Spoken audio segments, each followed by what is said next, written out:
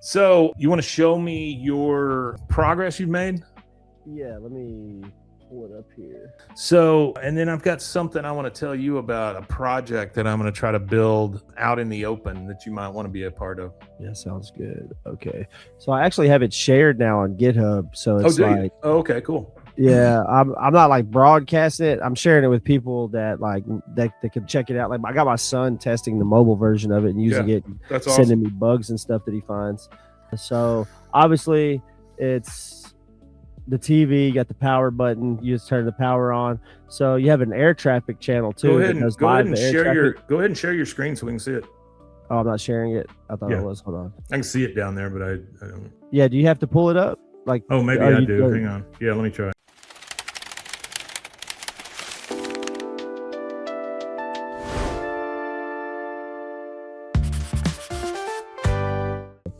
Okay, so this is an actual live like a live radar channel, and it has I got to work on it. Some of the bugs and stuff are kind of messed up, but it's supposed to aggregate all of like the Texas airports and their departures and their recent departures and stuff like that. And then so doing all this here in Claude. Are you doing it all in Claude? Yeah, all of it in Claude. I'm not utilizing anything else like at all, just Claude.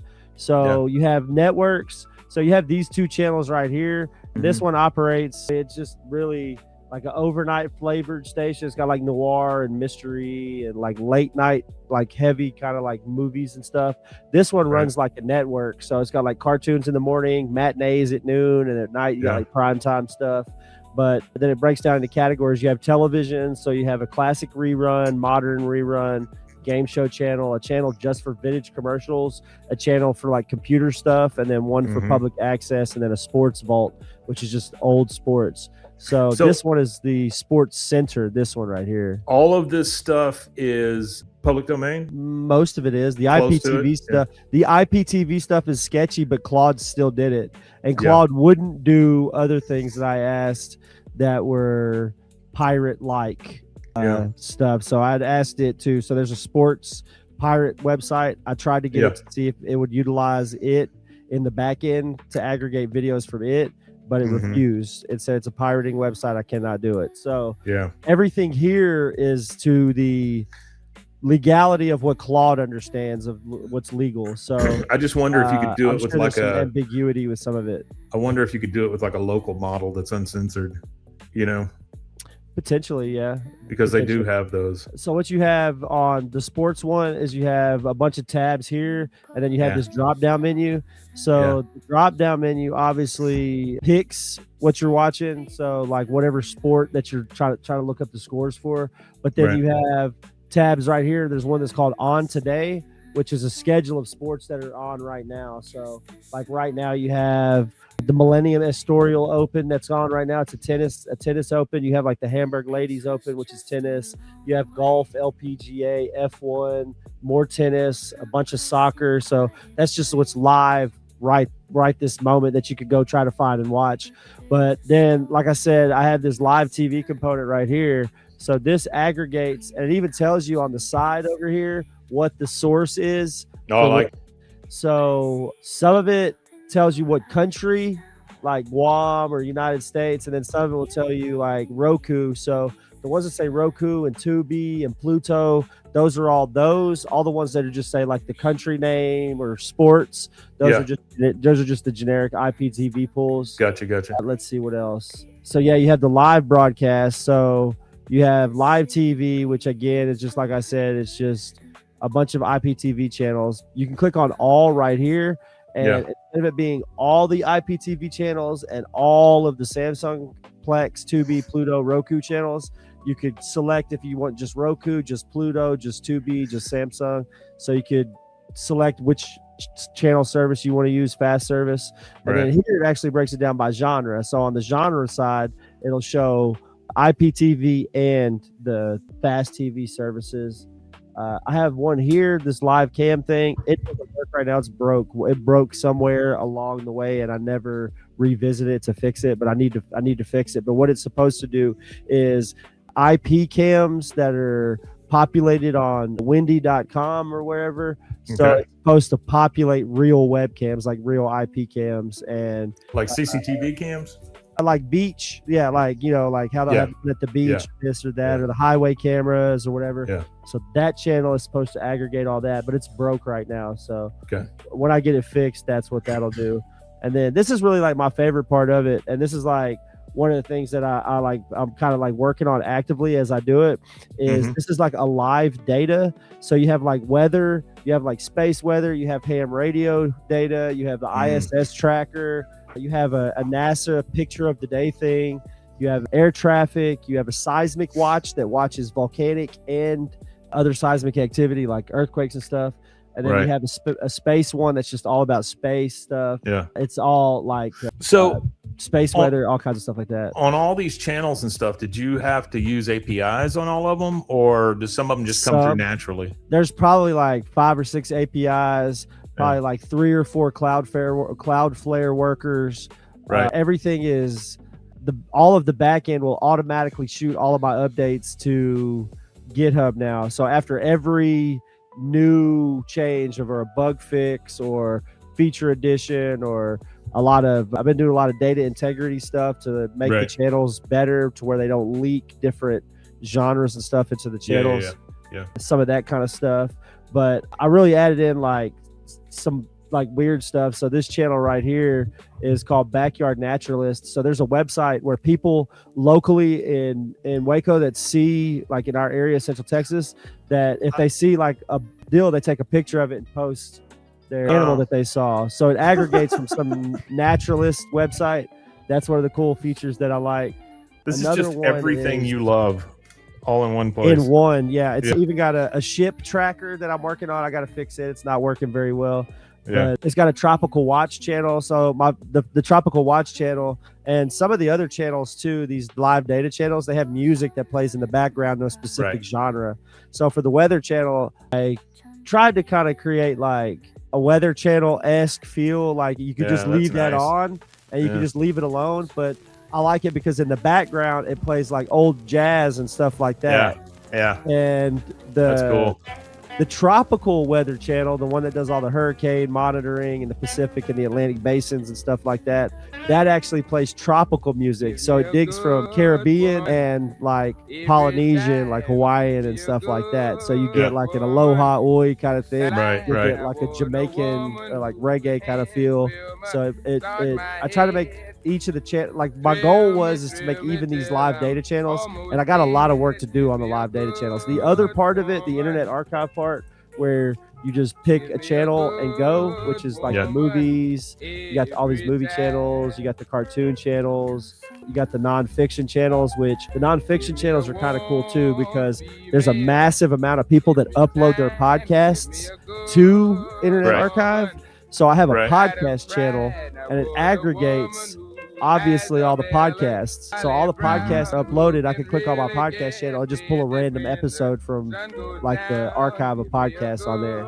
And there's also a Sunday service channel. So the Sunday service channel pulls all, and this is not all religions, they'll pull all religious data, videos, whatever that it finds on Internet Archive. So you might get a prayer in Arabic, and then the next thing might be a Baptist preacher, and then you click next, and it might be like a Hindu festival kind of thing. So it's like every time you hit next, I programmed it to where every time you hit next, it doesn't bring you the same religion. So it's like if you watch a video with a Southern Baptist preacher, your next video will not be a Southern Baptist.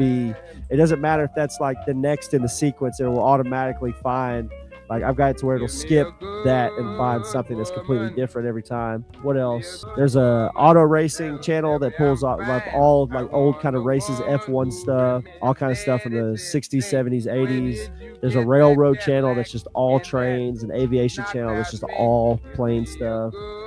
And then the music and radio. This is really my favorite part, because there's a lot of music on Internet Archive that's like, I'm pretty sure I'm pretty sure some of this is probably not copy, free use. I'm pretty sure a lot of it's not, but it also has the Fallout radio. How is it on there then? on Internet Archive, because Internet Archive constantly is fighting legislation. They're like one of the leading fighters for copyright legislation for archival purposes, because they say I'm a library is how they position themselves. We're just a library of stuff. If you're going to shut us down, you'd have to shut down libraries. So, and their philosophy is a archival philosophy. It's not a monetize all of these people's data. They just think that all books, all movies, all of this stuff should at some point be available to people before we all die. You know what I mean? Like, I shouldn't have to wait 90 years to be able to have free use of some of this stuff. Yeah, that's absolutely true. For myself. And I don't mean free use as in stealing somebody's whole thing, but being able to modify it to enough to where it's mine, you know, in parody, whatever it may be. But yeah, so this is... Well, I mean, all the AI companies get to do it. Yeah, for sure. And this is another one of my favorite ones. I really hate that the default channel for some reason is InfoWars. So whenever I first click on it, whenever he's live, because obviously he's not live right now, it's 10 a.m. on a Sunday, but whenever he's live and I click on this to go, because I listen to the BB World Service through this, and I listen to CNN, and I listen to Fox News, whatever. I listen to all the news stuff, like through the news talk thing. And before I could do anything, the first thing I hear is just, they're turning the frogs gay, and whatever he's saying. Colloidal silver. Yeah, all that kind of stuff. I don't know. Let's see. Is there anything else that I think I might have left out? Well, there's this Retro Archive, which has like found footage and VHS found footage and stuff like that. Yeah, I don't know how well it works. I haven't used the channel in a long time. But it's supposed to just do random found footage stuff like Meditation on Violence, 1948. And Schools of Chinese boxing. Yeah. And it's got a skip feature too, so you could always skip Men at Work Down Under. Yeah. Len Down Under, like a special mix of that. So it's just it's just random videos kind of thing. This is really cool, man. Top of the pop. Yeah, it's been fun to make. Well, the thing is what inspired it is Internet Archive has different people who've created apps for their book side of their stuff. So you could go on and there's like an open library app, and you could borrow books from Internet Archive through their application or whatever. But I couldn't find anything to make watching videos from Internet Archive any easier. Now, I would like to take this and make a whole separate thing where it's like a Netflix-esque thing, and it's just Internet Archive, because this has become something way different than what I intended it to be at the beginning. Right. Because I was just literally just, will it do this? Can it do? Do you think I could get it to do this? And it's really just trial and error to see if it would do any of the things that I wanted it to do. So this is literally my media.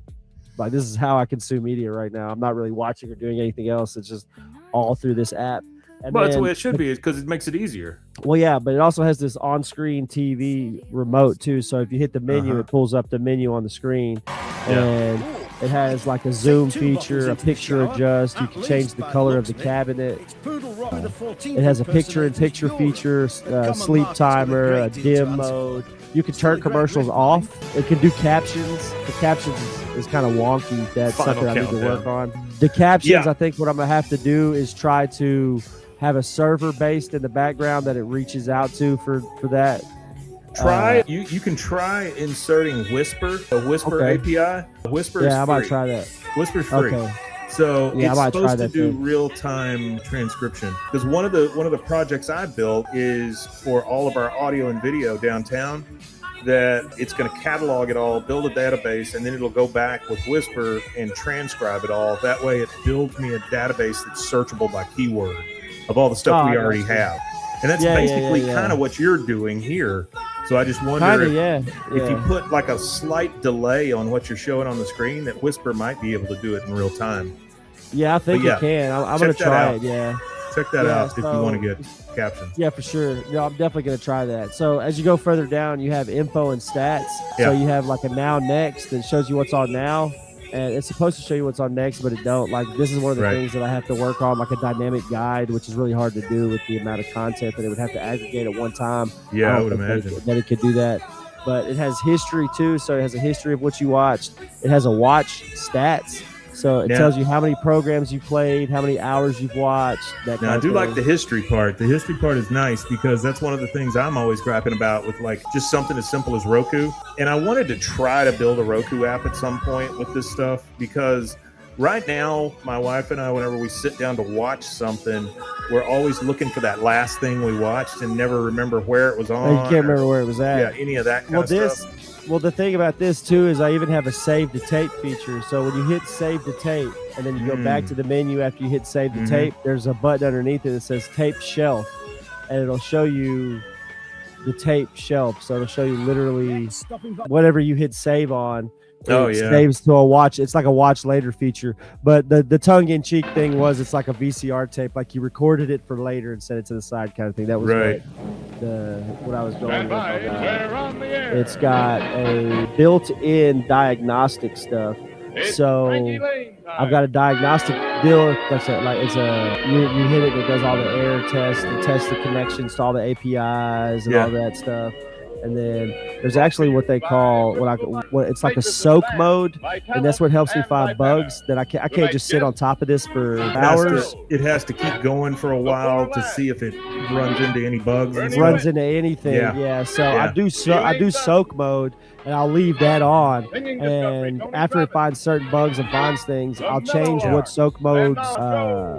I guess I'll change what it's looking for each time. So if there is anything new that arises, it'll kind of be ever changing what it's looking for. So it kind of hits a wider range of things to find.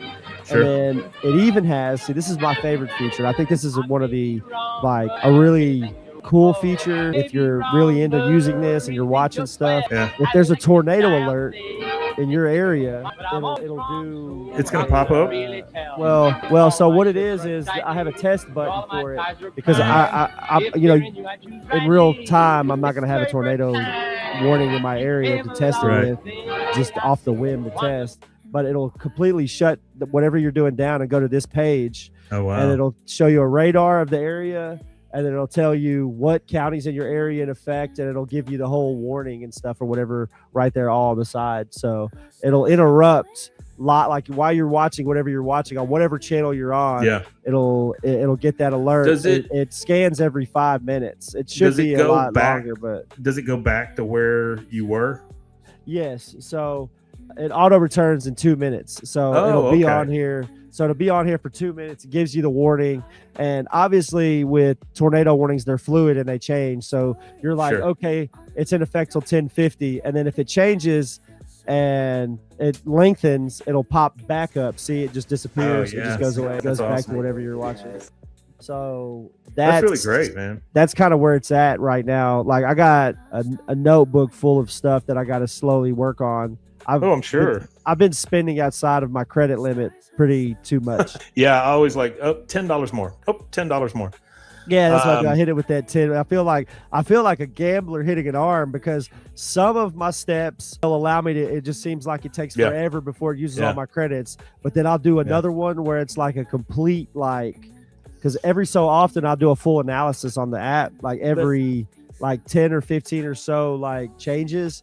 I'll do a deep full bug analysis because the code is like 60,000 lines long right now. Did you can tell it to clean itself up, and get rid of any bloat and stuff like that. But once you start one of these big projects like this, you can then go down to like Opus or something, and work in it.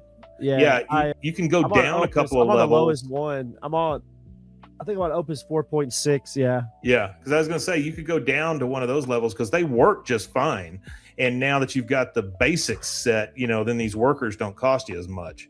Yeah, that's what I've been doing. I stepped it down. I've been using different ones because when I first started, I was using obviously the highest one, and it was like I would use it for like 45 minutes, and then I was fucked for 5 hours. So it was like I had to wait every 5 hours to get it. Like right now, I just did some stuff and a little while ago, so I can't do anything now till 12:40 p.m. to finish what I was doing. And I hate it too, because it interrupts the workflow. So whenever you hit continue, like whenever you type in continue for it to continue wherever it was, it goes back a little bit and then catches up to where it was and then keeps going. So that part I'm not all the crazy way back about. with the context. It has to regress a little bit to be able to go forward again. So you lose a little bit of your credits with it, digging back up and stuff.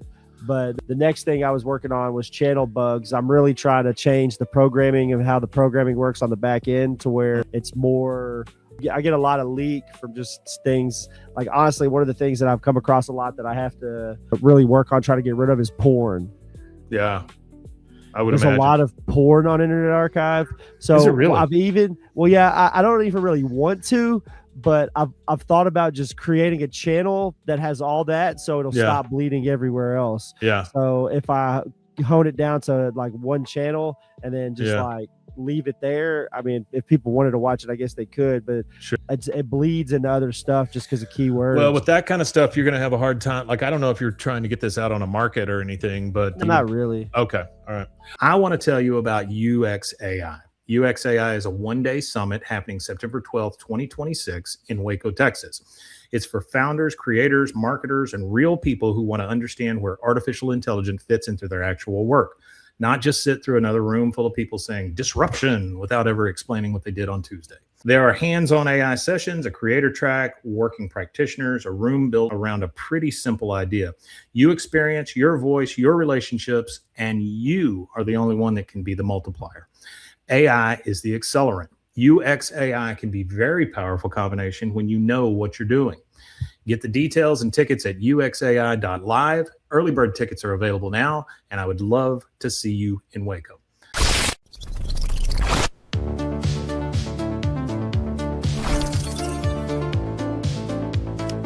I actually submitted the Rogue Media app this week to both platforms. I've got a couple of things I need to change because I've gotten some stuff back, but we're probably, I don't know, 2 weeks away from it being out there and ready to go. Sweet. Yeah. Now, well, I would utilize this or do something like that with that, but there's too many APIs and tokens. I actually have like APIs and tokens and stuff that are attached to like accounts that I've created for this kind of thing. So it's a fun project right now.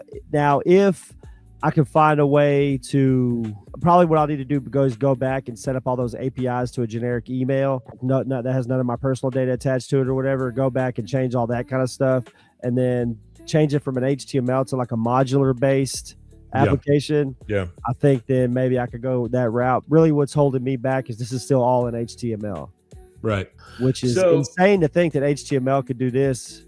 Yeah, like, HTML and JavaScript and then a little bit of Python sprinkled in is pretty much how they're doing everything. So the project that I want to work on is a fake TV station.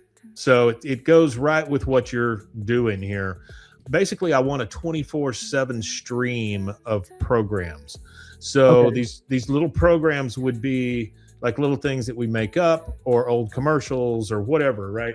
And so I'm going to talk to it today and ask it about if we made something that would maybe use like one of the Internet Archive stashes. So if there's not a new video playing or something like that, maybe it fills in the gaps with stuff like that or something. I don't know.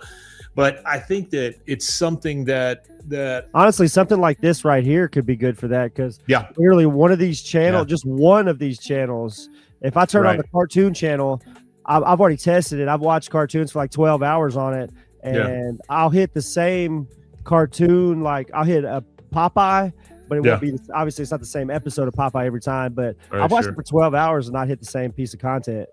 Well, I would imagine there's so much of that stuff out there, you know? There's tons of it. And like the thing for me that's the craziest part about it is literally I could go to the guide here, pull up like the movie list, click on like fucking Western channel, and that's gonna show you Westerns from pretty much the 30s. Like, see, look, Roy Rogers and Mary Hart, Outward Ho from 1939. Like, they'll just scream just the consciousness. My father would love this thing. He would love to watch stuff on this. Well, you have the link to it. Like, if you could really, you give it to him and let him try it. Yeah, you could. I don't know if I sent you the mobile version. I don't know which version I sent you. I don't need mobile. That's all right. Yeah, either way, like, Yeah. If just the regular one on a computer or whatever would, because it looks like shit on a phone. But either way, this Western channel is just literally just full of Western. They're cooking a chicken, and he just called him Colonel. My stomach knows it. All right. Well, thank you for showing us that, man. I'm going to try the other project, like out in the open. I'm going to let people watch me try to build this thing. And so I may need your help going forward, especially pulling that stuff out of either this or Internet Archive or whatever, since you've already been down that road. Yeah, I'll gladly do whatever and work with you on it. Yeah. You can, all right, cool. That sounds good. I just figured it was... my schedule for work, I'm always off Wednesday, Thursday, Friday. Oh, okay. I just figured it was the kind of... I figured it was the kind of project that, like, you could put stuff into, I could put stuff into, Casey can put stuff into, Zach, if he wants to, he can put stuff into. You just send me the video and I'll put it in the loop, you know, because I use something called Runnel, RUNNEL.live, and Runnel basically for about $6 a month, they'll run 24-hour streams for you on your live. And so what I've been making are a lot of these lo-fi channels and stuff like that just go 24 hours. I've got one that's an arcade that's closed in 1989. I've got one that is horror movie icons, but with horror movie lo-fi playing behind it. And then I've got one for my channel, thatmikehamilton.com, that just plays like lo-fi in a 90s home office kind of thing. Okay. You know? But I animate some of the stuff and I keep it interesting. So but anyway, I'll get you more information as we go. But just let me know. For sure. Thanks again, man. I appreciate you showing that to us. It's cool. It's been fun messing with it. Like I said, like I've probably actually spent real money on it now, you know. Like I probably spent a good like $100 messing with it. Did you get your $100 coupon? I did get my $100 coupon. Okay, good. Coupon in like 2 hours. That's what I'm saying. I'm just sure you got it. Yeah. Well, like there was a big thing that I was doing around that time, and I was glad that it did it because it was taking me like a week to get through what I was doing. So since it gave me that $100, I dropped that $100 and cranked it up all the way to cranked the effort up and burned through that 100 real fast. It got me to where I'm at now. So like a lot of the back end has changed from what it was originally, and it's cleaned up a lot of it because over the changes and everything, it got really like murky in the back, and any change that it would make, sometimes it would break the whole thing, and I'd have to revert to the change after. So you got a lot of moving pieces here, man. You got a lot of moving pieces, you know? There is a lot of moving pieces. There's a lot of APIs too. Like I said, there's probably like 5 APIs. There's actually this one I didn't show you. Let me show you this one. This one's kind of cool. I'm not sure where it's at here. So this one that I'm talking about now will stream it's just pictures from the Met Art Gallery. And then like the voice in the background that's describing what and there's also holiday channels too. I've got a Christmas channel, a Halloween channel, and a Thanksgiving channel. So it pulls all that stuff. But that's cool. I just want to show you this channel before we go. It's kind of you're fine. I'm not sure where the hell it actually So before you started this, had you ever coded at all? Yeah, I've done coding before and stuff like that. Very limited stuff. Obviously, I grew up in the HTML, MySpace, Friendster, all that stuff. So I used to actively learn how to HTML around that time. Like I actively figured out how to do things and learned, and like a lot of it obviously even then was copying and pasting. Right. I learned a lot of it around that time. Yeah, and then I mean that's pretty much really like It's just amazing to me how many people haven't done stuff like this before that are getting into it and building these little things that make a difference to them. You know. Like there's a guy on Reddit. He built something called Brain Dump, and it's just basically it's a place to I click it on my phone and it pops up and I leave a note for myself and I close it. That's all it's for. Yeah. So this is it right here. So this is the Met Open Access. So Met has the API. It's an open access API that's free. Yeah. This stuff. And it's wow. Where's the music coming from? I can't hear you. There you go. Where's the music coming from? Is it theirs? I don't know why I can't hear it on my end. Oh, but it's their music? It should be Met Art, maybe. Yeah, okay. I didn't know if you piped in another, like music channel or something. It should be Met Art if I'm not mistaken. That's very cool, man. Yeah. This is fascinating because this would just be fun to have playing in the background. I'm sure that's what you do with it. Yeah, I just have them playing in the background. I'll leave this on or something for a little while, just look at it or whatever, just check it out. I want to kind of fix it. I don't really like the UX. You don't see enough of the art. There's too much. Like there's I got big, you. Yeah, there's that big I understand. empty space that's right. You'll get there though, and this is something you can just keep working on. You know, just to make yourself happy. Because really, it's kind of redundant. It shows the name of the art, and then it shows the name of the art again underneath in this big gray area. I just need that gray area to go away and expand the photo a little bit, but that's it. And then the next thing that I want to try to work on is there's already an app to aggregate open libraries, books, or Internet Archive's books and comics and stuff like that.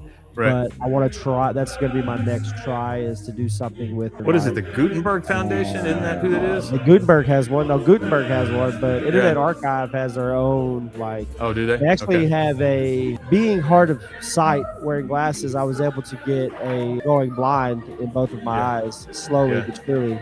I was able to get a. You got to email them, but it's through Internet Archive. You just email this college. But it's like for hard of sight, and then they give you access to be able to pretty much check out books for 14 days, and there's like tons of them on Open Library. That's kind of cool. On Internet Archive. So I want to try to tap into Internet Archive's literature side next. That's going to be my next goal. Once I'm done with this, like I'm going to get to a point eventually where I'm just done and I'm going to set it aside. I'm going to be happy and content with it. I'm almost there. There's just a few of those live data channels that I want to like polish all the way through. And once I get them polished all the way through, unless I can think of any live data to add, like I've even got, it's kind of pretty crazy. It even goes like, some of the live data goes as deep. I've got a river and lake watch. So it's like, it'll show pictures of the Brazos River, but it also shows you at what stage the level of the river is, how many CFS are flowing and stuff like that. But it does all the areas around here pretty much. So you've got like Aquila Lake, Waco Lake, you got Hog Creek near Crawford, the Bosque near McGregor, and it'll just show pictures of them there. And then this one I've tried in different cities. So when I was in Louisiana, I tried it. When I went to New Orleans the other week, and I tried it there. So this is a hometown history one. So what it does is it aggregates little snippets about things that you could find in your area. And so that's cool. Like Waco, and then it'll go to like the Cotton Palace, and then it'll go to like Conley High School, and it'll just show like the municipal. So it just starts listing off things about these things, about the city that you're living in. Yeah. So like obviously the lynching of Jesse Washington, Baylor University. I don't know why I did that twice. Lake Waco, TSTC. And it just gives you little blurbs about each one, and then there's another one that's just for Waco. It's a living photo archive of Waco over all kinds of decades and eras and stuff like that. And then it tells you in a scroller at the bottom, it tells you who took the actual picture, and sometimes it'll give you their contact information. But it's just pictures from obviously all over Waco, like all kinds of random stuff, like a picture from 1982 of Phipps Memorial. So is this an actual channel on Internet Archive? No. So what this is you're aggregating these. This is Library of Congress. So I've tapped into the Library of Congress, Baylor's Texas collection, and there's another Texas college that has an insane amount of Waco stuff. Okay. TCU, because they used to be in Waco, right? Was it TCU that used to be in Waco in the early 1900s? Sure. I want to say it was TCU. Well, I'm pretty sure it was TCU. So this will aggregate just random pictures from those places about Waco. So here you got a picture of like a street vendor selling goods on the streets. It looks like I don't know what it looks like he's selling like razor blades, just heroin. It's fine. Yeah, well, it looks like combs and razors and stuff. Yeah, but it's just a guy on the street selling in Waco. And then the next picture is a saleswoman at a grocery store. But the whole premise of it for me was I want to change this into where it'll, like, whatever city I'm in, it'll aggregate for that city. So say I'm in New Orleans, it'll pull from the Library of Congress. And you get like a little history while you're there. Yeah, that kind of thing. But that's what this is. This is just one of those little things. That's really cool. You know what? Now, this Library of Congress thing, is that okay to broadcast all that stuff? Yeah, from what I understand, the reason I'm asking, because it's all free. Because I can't. I think that's what would. I think I could put this out there for free, and if 10 million people used it for free, that's okay. Yeah. You know what I mean? Like I might not ever make a dime from it, but I legally could distribute this in that sense. Yeah.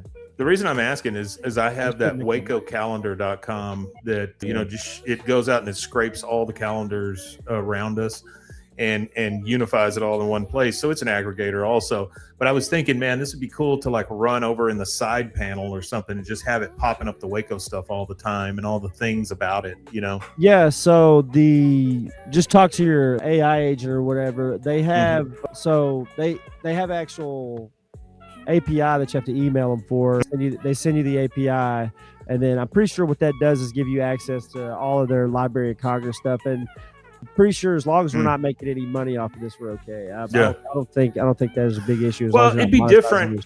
It'd be different if you didn't give full credit. You know, I mean, there's full credit there for everything. Oh yeah, well, that was one of the things that Claude's like moral compass or whatever created that. Not like I didn't want any of that. I just wanted the pictures, just literally a picture on the screen and maybe a small description of what I'm looking at. But I didn't want all this other stuff. It just kind of. But for me, see, I would like to have that stuff because I feel like that kind of gives you a reason to put it up there. You know, it also kind of covers you with privacy, I would think, as far as on these photos go. If you give full credit, then I think you're good. Yeah, you probably are good. And it does give absolute full credit to the some of these pictures, and even on the scrolling thing at the bottom, I'll even give you the entire copyright code or whatever for it. Yeah. So yeah, that's so cool. This is one of my favorite little things about it too. What's another one? I guess World Clock, whatever time it is, wherever it's. And in this, I learned that India is 30 minutes different than everywhere else. So if it's 7-8, or say if it's 10:18 here. Yeah. In Dubai, it's 8:48, or in New Delhi, it's 8:48. 30 minutes. Well, it's like that in North Korea too, right? I think North Korea is 30 they're just minutes. on their own. They're probably on their own time altogether. I don't know how North Korea works, but I know for India, it's a geopolitical thing. So when England was in charge of colonial India, they split it in half, and like time zones and stuff were screwed up. So, you know, it being a big country, over here it's like an hour difference. So instead of it being an hour difference, they just did 30 minutes. So it's only a 30-minute difference, like from time zones in India. So that was why they did that. But yeah, there's that. There's a gas price ticker. Oh, it needs more work and stuff because it shows the damn line graph, but there's no numbers on it. So I don't know what the fluctuating number is. So, but gas goes like this. Yeah, it went down and then shot back up. Yeah. Right. Like, oh, war's over. Oh, we're done with Iran. We did, and then boom, blowing them up. Guess what? Was just kidding. Yeah, just kidding. What's another buoy and surf report? So it's supposed to aggregate buoy data closest to me. Obviously, I'm nowhere near an ocean, so I need to modify that and fix it to where it'll actually work. Like 900 miles. I just wanted the Gulf Coast's buoys because there's a lot of buoys out there that I could aggregate data from the National Oceanic and Aeronautic Administration, NOAA, and then Wildfire Watch. It's like an active map actually too, and you could zoom out and it'll show you all the wildfires that are happening in Texas or in your area. Because this does geolocation. So if you're in LA or whatever and you do this, it'll show you just stuff that's happening closer to you. Well, I guess what's another one? Well, the ham radio one needs work too. So it's supposed to browse like all live receivers, but it doesn't really aggregate anything. So when you have something like live data, when you have something like that missing, what do you do? Do you just go into Claude and just speak it, just tell it? Yeah. Well, what I'll do is I'll come to this page and I'll click around on everything that's clickable, and I'll do screenshots. So I might do like 5 screenshots on this page, and I'll tell you what my problem is with the UI. What my problem is with whatever's going on as far as the data layers, and it likes to see a lot like what's going on. So I try to give it a view of what's happening every time. And then I'm also utilizing Claude on Chrome. So all of the GitHub, all of the workers that are set up in Cloudflare, I just let it do it all. I log in and let Claude handle all that back work too as well. And in that, I'm learning a lot because I physically get to watch it click and move across the screen because it takes over my browser. I've been using WhisperFlow which it allows me to designate one key where I push it down and it listens, and then it puts it into the search box or whatever, or the chat box. And so that has really been something that has helped me out quite a bit, because I can describe it, and tell it. And then there is a new tool or a new way of doing things in Claude. Now it's only on Macs right now, but I did try it out the other day. Basically, it's record a skill. So you can turn on your video camera, and as long as it's, as long as you have a microphone and like a webcam, and you can tell it, I want to record a skill. And then it starts recording your screen, it starts recording you, and it starts listening to you. And basically what you do is you step through the process, whatever that process is, it watches you, and then it takes all that and builds a skill out of it. So you don't have to do that thing anymore. Like if you've got a repetitive task that happens all the time, you just do it once, show it, and it'll just do it for you from now on. Oh, that's cool. I mean, it's very, very cool. It worked. I haven't used anything like that yet. Yeah. The only thing I've utilized so far is just utilizing the Claude in Chrome and just playing around with it and letting it do different things. It's a big for deal. Me and stuff like that. Yeah, well, what I like about it is it helping me set up things that I've never set up before. So I let it do it. Like the first worker, I let it show me the flow. And then the second time I let it show me the flow, but it didn't do every step for me. It let me do some of the steps. Mm-hmm. And then the third time I minimized it even more and just let it handle on my own. So this right here is what I'm showing now is the seismic thing, and it'll bounce between volcanoes and earthquakes. But you can click on each volcano and it'll pull Wikimedia Commons images and stuff of it. And it'll show you like different footage and stuff like that. My goal with this was it was supposed to pull live, and I have to set up a YouTube API to be able to do anything with that the way I want to. But it'll aggregate different advisories and stuff and then this one is obviously a hurricane one, or earthquakes. This is earthquakes. Okay. And then it even aggregates news articles, so you could click on it and then it'll pull up a news article about the earthquake.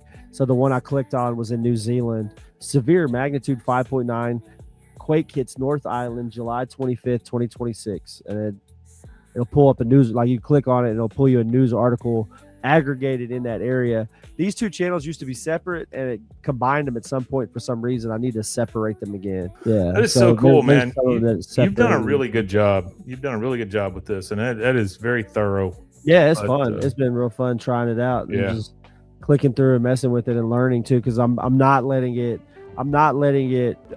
do a lot, obviously, but I am trying to learn along with it. I'm trying to learn too. Yeah. I want to know what I'm doing eventually. I want to be able to do this without its input entirely, because obviously there's a lot of coders that I know right now, personally, people who work in the industry, and everybody's using AI. My buddy has been in the IT world. He graduated from A&M in like 2010, and he's been in IT ever since. And he works for Samsung. He's like a manager for Samsung in Austin. And he says he's utilizing AI for everything. He's utilizing AI with Instacart to order his groceries automatically for him. That's in his fridge. Yeah, so he goes to his fridge, he takes a picture, uploads it to his AI agent, and his AI agent handles all of his grocery ordering based on his trends of what he eats. And then it'll also cut, like if he's buying too many fatty foods when he's doing his own orders, the Instacart, it will automatically modify his order to his diet. Wow. So if he goes out the norm and decides to order groceries for himself one day, and it's just like a lot of fatty stuff and a lot of greasy stuff, it doesn't take that account and put that in the trend of things he's buying. It takes it and says, well, this is an unhealthy, and it'll give him an alternative option to what. So say he buys five packs of Pringles and he just goes nuts on Pringles one week. Well, the next week it'll give him chips, but it'll give him, what's up, bud? What's up, Mike? It'll give him healthier options for his food and stuff. It's insane how people are utilizing it in their daily life. Yeah, it's crazy, man. Well, hey, thanks for showing all this to us, and I really appreciate it. I think this is a hell of a project you got going on, man. I enjoyed it. If I can do anything to help, let me know. Yeah, this is actually my third project. So my first one was a FIFA. I made a World Cup app. That's what started all this, was a World Cup app. And then I have a screen that's a long screen like this, and I wanted it to be a dashboard.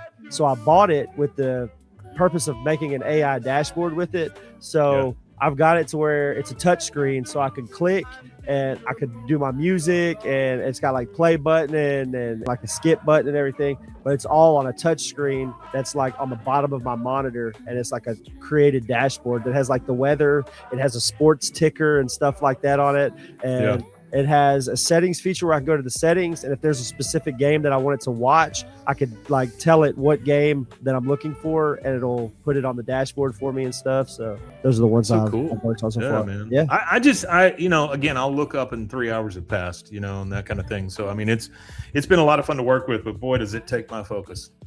Yeah, honestly, I'm glad that it has limits, because I can only run it for like 45 minutes at a time before I'm killing it really fast. By time, like I've had to drop it almost to the lowest feature, because every time I don't do it every time. I let it do a little bit of work, and then when it pushes it all to GitHub, it does an entire line by line, full blown audit, and then it also runs every channel in its own sandbox, and then it does all of this deep like analysis before it pushes it. So I got it, like it's an automatic, and it really is tedious, and I really need to come up with a back end way to do it so it's faster, but it literally pours through every part of the application before it pushes it to find a bug. That's okay though. I mean, because you don't want bug laden stuff sitting out there. No, well, it has a lot right now. There's a lot of bugs. It's very, very usable, but some of this live data stuff, it's just hard to pinpoint and get it down. It is.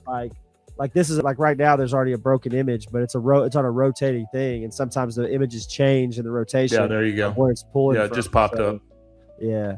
So I got to work on some things. I got a list of stuff that I want to do to it, and I might even I've even thought about cutting all of this live stuff, separating the deal, and letting it rip the app in half and push the Internet Archive to one side, and all of this live broadcast, live data stuff on its own separate. Might not be a bad idea. Apps. Yeah, that's what I've been. Because the live stuff is hard to pull in. Like I've pulled in stuff from YouTube before, and YouTube's the worst. It's so hard to pull anything on you from YouTube. Well, it also gets very expensive. So with YouTube API, we had it's the Google API that allows you to pull in YouTube, and Google will hit you for everything you got. So.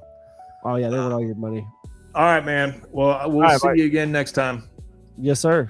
All right, bye. Thank you guys for being here. We love you. Bye. Also, I wrote a book called Make the Show. If you have an idea for a podcast, video series, creative project, or something you've been putting off because you think you need better gear, more permission, or a team of 14 people, Make the Show is designed to help you get moving. You can find the book and subscribe to the daily newsletter at thatmikehamilton.com.